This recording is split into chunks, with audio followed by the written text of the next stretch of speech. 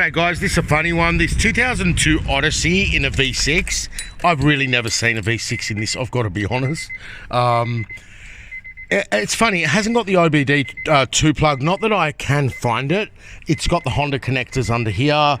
It's got, I think we used to call it the DLC, and I do have the Honda adapter for my scanner, but it's sort of, it's a car that, so the models before this, if you disconnect the battery, the check engine light will reset.